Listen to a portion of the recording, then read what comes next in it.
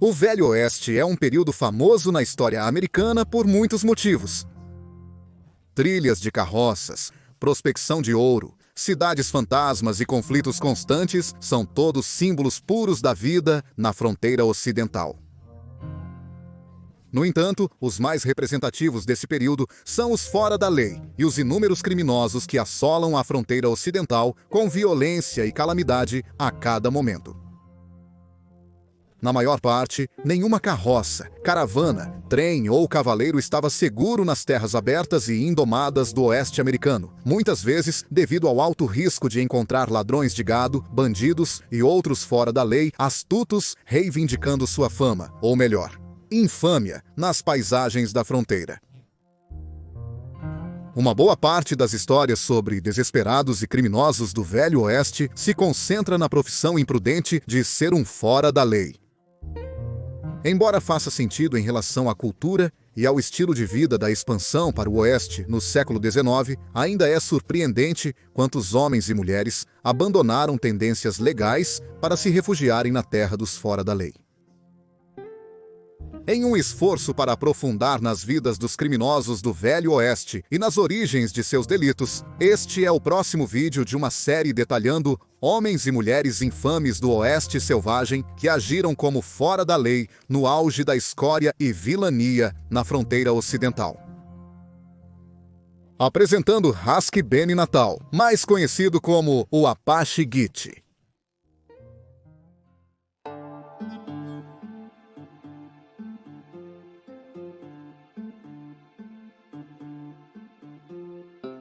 O lendário fora da lei Apache Kid nem sempre foi conhecido por esse infame apelido.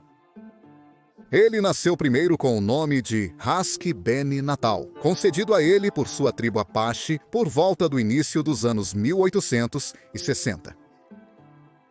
Acredita-se que o Kid tenha nascido no Canyon Aravaipa, cerca de 25 milhas ao sul da reserva indígena Apache de San Carlos, próximo ao riacho que os nativos chamavam de Pequena Água Corrente.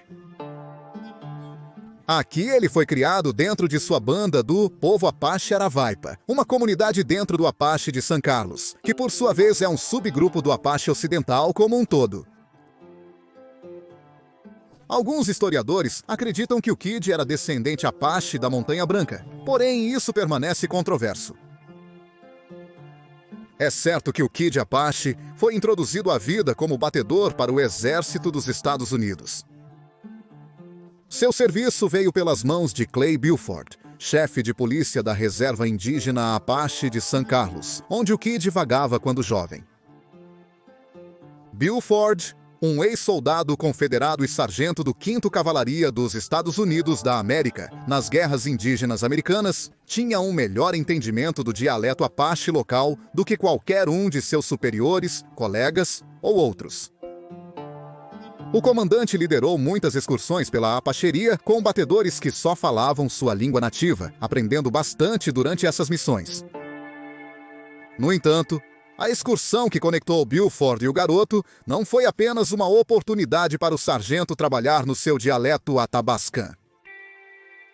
Isso aconteceu durante uma emboscada liderada por Buford no assentamento Erev Vipa, reunido pelo homem que eles chamavam de Toga de Shoes. Toga de Shoes era um guerreiro altamente respeitado e um ex-membro da banda Apache, supervisionada por seu notável líder, o chefe Capitão Chiquito. O governo dos Estados Unidos da América rotulou este subgrupo como a Banda SI de Apache, pois se tornaram um dos principais alvos dos esforços militares para forçar os grupos nativos do Sudoeste a irem para suas reservas. O Apache Kid vivia com Togo de Shoes e sua família. Estudiosos discordam sobre sua relação com o guerreiro. Algumas fontes afirmam que ele era o filho do homem, enquanto outras acreditam que Togo era muito velho para ser o pai do menino, e era, em vez disso, seu avô. Todo o episódio explica a discussão de décadas sobre a identidade exata do garoto Apache e sua herança tribal.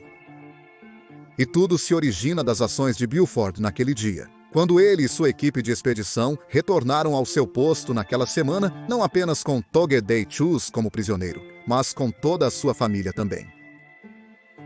Isso incluía o garoto, que ainda nem era adolescente na época. Mesmo sequestrado pela facção de soldados do Velho Oeste, o jovem Apache teria se afeiçoado a Buford e o seguido pela reserva de San Carlos. O sargento gigante da Virgínia também não era tão tímido perto do jovem e eventualmente o acolheu sob sua asa. A lenda conta que os primeiros passos do jovem Apache para se tornar um verdadeiro atirador do Velho Oeste ocorreram em um curral de San Carlos. Disse que o sol nasceu um dia e Buford jogou para o garoto algumas balas e uma carabina fora de rotação. Com uma arma de fogo e munição a reboque, o garoto foi enviado para um curral para praticar tiro ao alvo. E seu alvo? Cortes não utilizados de carne da agência. Se a oferta de caça fosse escassa, talvez o garoto Apache não se tornaria o atirador de elite respeitado em toda a fronteira. Considerando sua relação próxima com outro pioneiro e fazendeiro do Sudoeste, Joe Stevens, o destino provavelmente o teria levado ao caminho dos pistoleiros de qualquer forma. Stevens era filho de um fazendeiro e comerciante do território do Arizona, George Stevens, que se casou com a filha de um chefe de guerra Apache. Como resultado, o jovem Stevens rapidamente fez amizade com o garoto Apache e juntos se tornaram bons amigos. Eles frequentemente atravessavam as montanhas em expedições de caça amadoras e desventuras inocentes na fronteira. Mais tarde na vida, Joe Stevens forneceria uma citação como segue: "Por anos, nós caçamos e viajamos pelas montanhas juntos." Em todas essas viagens, eu raramente o ouvi falar uma palavra desagradável sobre qualquer pessoa. Stevens não foi o único a repreender o garoto com elogios no início da vida. Toda a comunidade da atual Globe, Arizona, um novo assentamento de mineração de prata localizado na reserva San Carlos, se afeiçoou à criança chamada Asque-Bené Natal. Claro, os colonos brancos da área não se incomodaram em pronunciar seu nome e recorreram ao uso de seu agora lendário apelido, o Apache Kid.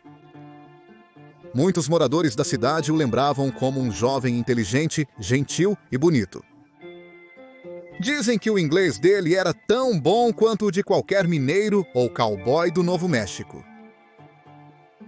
Por cerca de 5 anos, o Apache Kid ajudou a conduzir o gado para fazendeiros em Globe e trabalhou como aprendiz para o açougueiro local.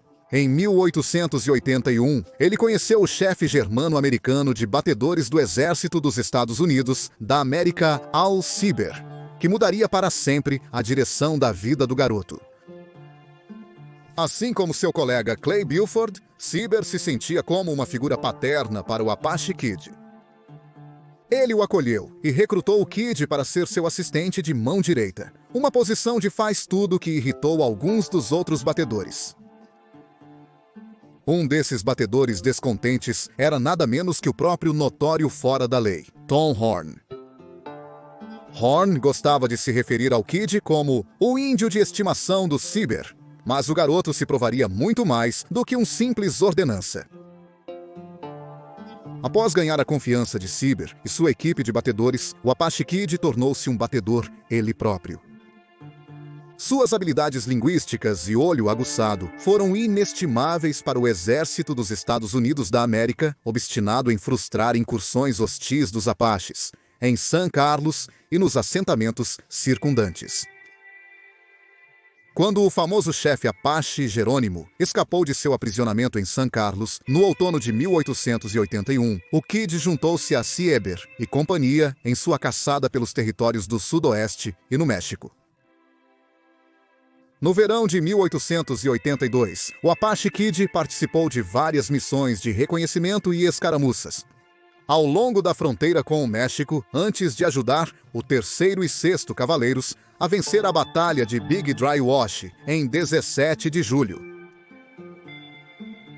Essas conquistas foram tão frequentes em seus primeiros 2 anos de serviço que Kid foi recompensado com uma promoção a sargento entre seus companheiros de exploração. Durante 1885, o Apache Kid continuou impressionando as pessoas ao seu redor, tanto em casa quanto na estrada. Ele adicionou marcas ao seu cinto após expedições bem-sucedidas na Sierra Madre Ocidental, bem como uma turnê adicional pelo Arizona e regiões semelhantes.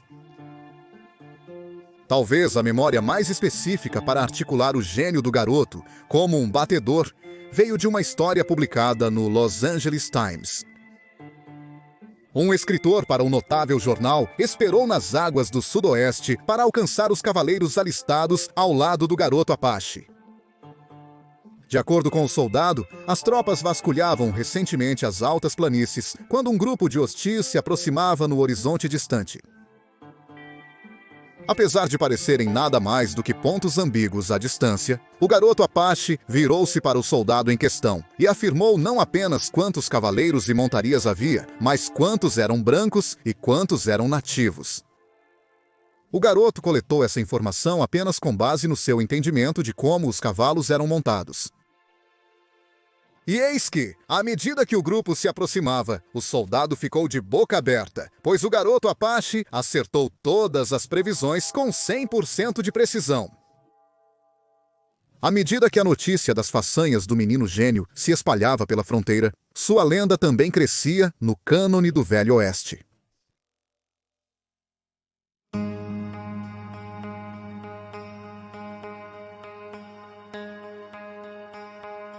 A transformação do garoto Apache de prodígio batedor para fora da lei endurecido começou em maio de 1887, após um desastre natural atingir o sudoeste americano. Apenas 3 dias após o início do mês, um intenso terremoto atingiu a reserva de San Carlos e levou consigo mais de 50 vítimas. As bandas Apache na região sentiram que o terremoto era um mau presságio. Eles oraram para sua divindade suprema, xamãs batendo nos tambores cerimoniais e recitando cânticos ao redor do relógio, orando pela paz para acalmar as terras tribais. Claro, réplicas de baixa magnitude se espalharam nos dias seguintes, e a histeria entre os Apache só aumentou. Na própria reserva, vários líderes de bandas se reuniram para organizar um encontro formal de qualquer um que desejasse se juntar a eles para rejeitar o temido presságio. Entre os que se reuniram estava ninguém menos que Togodeshus, a figura paterna do jovem Apache. Nas reservas Apache e rancherias nativas, era comum o consumo excessivo de uma bebida chamada Cheesewin.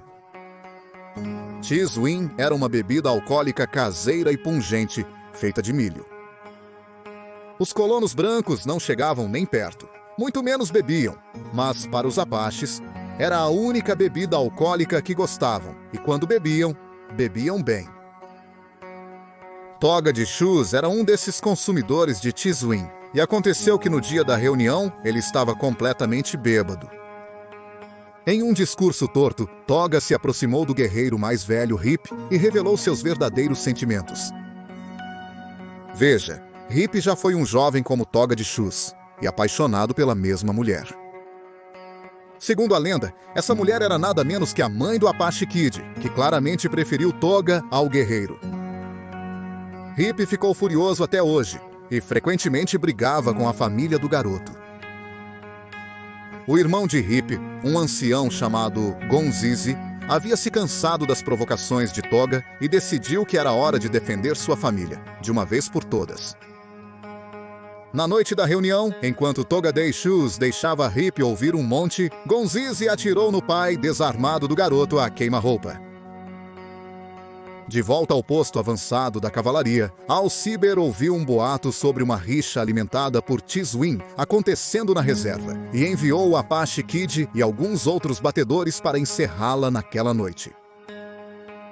Para o horror do Kid, ele chegou ao local e encontrou sua figura paterna estirada no chão, cercada por uma poça de sangue. No tempo que levou para o Apache Kid chegar ao encontro, um dos aliados mais próximos de seu pai já havia matado Gonzizi para vingar Togodeshu, seus corpos a poucos metros de distância.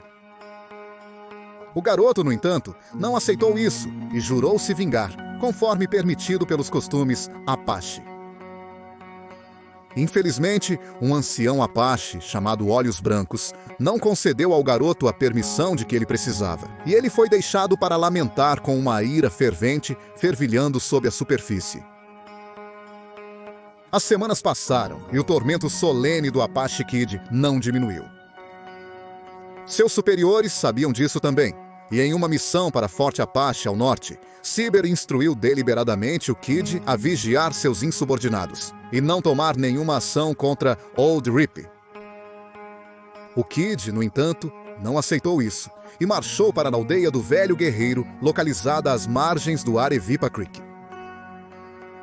A notícia já havia se espalhado rapidamente de que o Apache Kid estava em um caminho de vingança violenta, mas Rip não conseguiu fugir a tempo.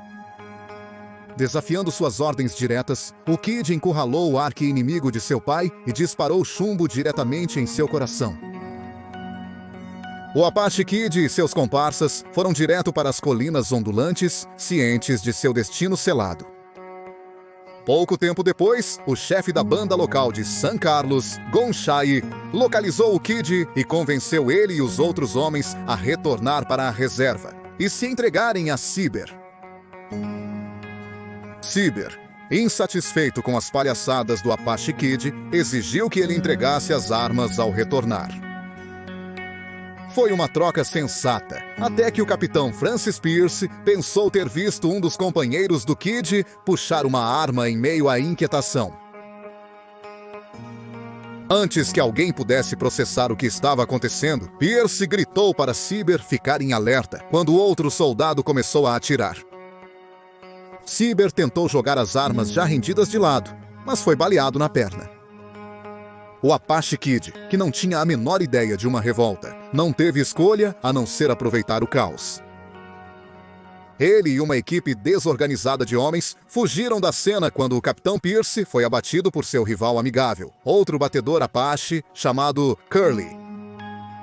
O Kid e a companhia recuaram até Deer Creek, cerca de 10 milhas de distância de San Carlos, e roubaram a montaria premiada pertencente ao já mencionado Tom Horn. Oficialmente um fugitivo da lei, o Apache Kid cavalgou até o Monte Turnbull e viajou ao longo do rio San Pedro. Ele estava determinado que a nova gangue Apache não se tornaria assassina, mas nem todos concordavam. Gonshai não resistiu quando seu gosto pela rebelião o atingiu.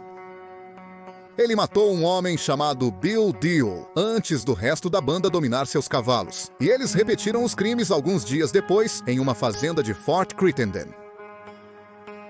No início de junho, uma nova equipe de batedores Apache, liderada pelo lendário Mickey Free e seu superior, o tenente Carter Johnson, assumiu a perseguição. Em 11 de junho, o esquadrão resgatou os cavalos desaparecidos e itens roubados pelos insurgentes do garoto. No entanto, o Apache Kid ainda não estava à vista. Acontece que ele e seus homens escaparam por uma encosta até o San Pedro, bem a tempo. A contínua ilusão do militar forçou o general Nelson Miles a deixar a Califórnia e subjugar o Apache Kid antes que os batedores e xamãs que o seguiam pudessem formar uma rebelião maior. Eventualmente, Gonshai se rendeu quando o calor ficou insuportável, e logo depois, ele, a mãe sobrevivente do Apache Kid, o convenceu a se entregar pacificamente. Como resultado, o Kid e 4 membros de sua companhia foram julgados em tribunal militar, enquanto Gonshai e os demais batedores rebeldes foram deixados para o sistema de tribunal civil. O Apache Kid foi então julgado em 2 acusações, uma de motim e outra de deserção. O julgamento, liderado pelo juiz-advogado, segundo-tenente Lawrence Tyson, ocorreu 2 semanas depois, em 28 de junho. As 3 principais testemunhas da acusação afirmaram que o Apache Kid era inocente de disparar sua arma. Contudo, Cyber não facilitaria sua saída. Ele afirmou que o garoto havia tentado recuperar sua arma no dia do levante e estava fazendo sinais secretos para seus companheiros escoteiros pegarem suas carabinas e fugirem enquanto a rebelião Apache os cobria. Quando o garoto teve a chance de falar, ele testemunhou que não tinha nenhuma intenção de se rebelar contra o exército dos Estados Unidos da América. Apesar de concordar, ele fugiu sem permissão dos superiores. O garoto também admitiu culpa pelo assassinato de Rip, o assassino de seu pai. Ele culpou principalmente o consumo excessivo de T-Swing, mas também fez outras críticas. A vingança contra Rip foi a sangue frio, e ele foi aberto sobre isso. No final, o primeiro julgamento resultou em condenações unânimes, com o garoto sentenciado à morte por fuzilamento. No entanto, o General Miles ainda era simpático ao icônico Apache Scout e usou sua influência para reduzir a sentença para 10 anos, cumpridos em Alcatraz, em São Francisco, Califórnia. Usamos o termo primeiro julgamento porque, infelizmente para o Apache Kid, ele logo se encontraria de volta ao banco dos réus, defendendo sua vida. Depois que o Kid e seus compatriotas foram libertados pelo secretário de guerra William Crowninshield Endicott, em outubro de 1888, Cyber se recusou a deixar seus sentimentos de traição de lado e lançou com sucesso um mandado territorial para a prisão do Apache Kid. Agora, ele estava preso sob o telhado de um tribunal civil, enfrentando homens ansiosos para mentir e enterrar o batedor, transformado em fora da lei de uma vez por todas. Cyber ficou no banco das testemunhas e disse ao júri que o Kid foi quem atirou em sua perna, incapacitando permanentemente o chefe dos batedores. No esquema estava ninguém menos que o homem que realmente atirou em Al Cyber, o batedor rival que todos chamavam de Curly. Curly queria o Apache Kid morto, assim como todos os outros. Rumor tem que ele tentou cortejar a esposa do garoto, assim como Rip falhou em cortejar a mãe do garoto 30 anos antes. Defesa e acusação falharam em convocar a testemunha que poderia ter salvo o garoto. Um ferreiro chamado R. Helger. O ferrador viu Curly atirar em Cyber na perna com seus próprios olhos, mas infelizmente sua verdade foi com ele para o túmulo. Enquanto isso, o Apache Kid foi condenado por tentativa de assassinato contra Al Cyber e sentenciado a 7 anos de prisão. Ele e outros com o mesmo destino foram enviados para uma cela de prisão em Globe, Arizona, antes de serem transferidos para a prisão territorial de Yuma. Yuma era um centro de encarceramento dilapidado e perigoso, mesmo considerando a média das prisões no Velho Oeste. Os detentos eram vis, as condições estavam na linha do desumano, e a atmosfera geral cheirava como um limbo entre a terra e o inferno. O garoto e seus colegas de cela tinham plena consciência disso, e não iriam para 7 anos de pura miséria sem lutar. Em 2 de novembro de 1889, durante a viagem de Globe para o território de Yuma, os 9 prisioneiros em reboque se revoltaram contra seus escoltas. Um xerife Glenn Reynolds, seu vice William Holmes e seu motorista Eugene Middleton. Middleton, apesar de ter sido baleado na cabeça, sobreviveu ao calvário. No entanto, seus escoltas da lei não tiveram tanta sorte. O infame batedor, Apache Paz Lautal, atirou no xerife até a morte, e Holmes morreu de parada cardíaca antes que uma única bala pudesse ser alojada em seu corpo. Segundo Middleton, ele só foi poupado pelo jovem Apache porque ofereceu um cigarro ao condenado inocente, mostrando bondade. Mais uma vez, o jovem fez uma grande fuga sem cometer assassinato e nunca mais foi visto. Os 8 fugitivos que sobraram foram rastreados depois do ocorrido. De volta a San Carlos, Cyber não se surpreendeu com o desenvolvimento. No fundo, aceitando que o karma teve seu caminho. Ele ordenou que 20 batedores caçassem o garoto, mas todos sabiam que era um esforço inútil. Contudo, por 4 décadas, soldados, caçadores de recompensas, homens da lei e vigilantes armados buscaram em vão pelo Apache Kid nos territórios do Sudoeste. A primeira recompensa por sua captura, morto ou vivo, foi de $500, valor que aumentou 10 vezes. Com o aumento da busca pelo Apache Kid, também se espalhavam pela fronteira histórias de seus supostos encontros com situações de risco. Em maio de 1890, insurgentes Apache atacaram um esquadrão de tropas mexicanas, e um dos guerreiros Apache mortos foi encontrado com o icônico relógio de ouro e a confiável pistola, pertencentes ao xerife Glenn Reynolds consigo. Embora se presumisse que o guerreiro em questão fosse o Apache Kid, outros não tinham tanta certeza, pois este fora da lei era muito mais velho do que o Kid seria naquela época. Isso apenas alimentou os rumores de avistamentos no México e nos desertos do Arizona. Vários eventos atribuídos ao agora endurecido, fora da lei Apache Kid foram as inúmeras mortes de cowboys e menores ao longo da Sierra Madres, bem como uma série de sequestros de mulheres adultas na reserva de San Carlos no final dos anos de 1890. O boato surgiu após a deportação da esposa do Apache Kid. As pessoas na reserva acreditavam que o Kid voltou e sequestrava mulheres Apache para encontrar uma nova esposa. Quando os sequestros pararam abruptamente, muitos imaginaram que ele havia encontrado alguém. Surgiram muitas histórias exageradas sobre a morte do Apache Kid, baseadas em visões não confirmadas e crimes. Seu amigo de infância, Joe Stevens, acreditava que o Kid morreu de intoxicação alcoólica nas colinas acidentadas, uma teoria apoiada por Tom Horn. O coronel mexicano Emílio Kostralitsky afirmou que o Apache Kid havia começado uma nova vida entre uma banda de nativos tarahumara vivendo na Sierra Madre Ocidental. Segundo Ben Kemp, autor do Velho Oeste, o Kid foi assassinado por Billy Keane, seu braço direito de 17 anos. Keane afirmava ter mantido a cabeça decepada do fora da lei Apache, preservada em Cloreto, no Novo México, em 1907. Testemunhos desse tipo persistiram até a década de 1920.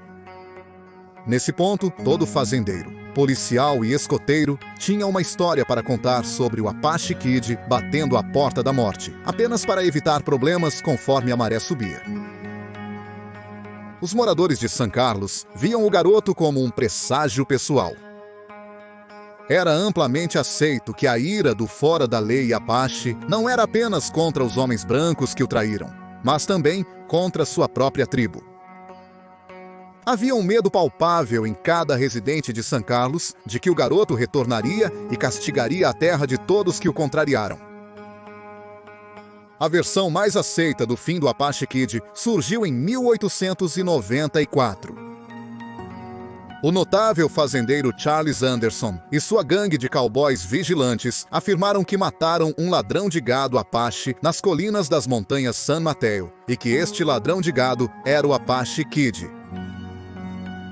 Apesar da ampla aceitação da reivindicação no Novo México e além, a causa oficial da morte ainda é contestada.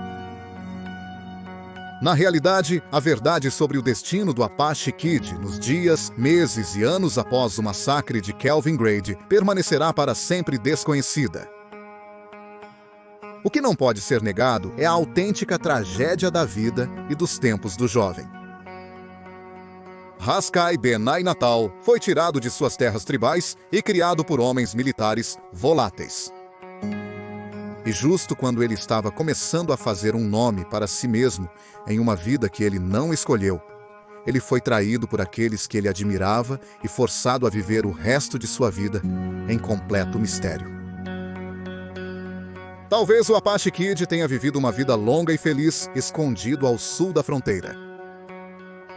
Talvez ele tenha se tornado o lendário fora da lei do Velho Oeste que o folclore retrata. Mas, independentemente disso, sua mitologia permanecerá para sempre um fascinante mistério da fronteira, bem como um forte lembrete da brutalidade e da natureza implacável da vida no Velho Oeste.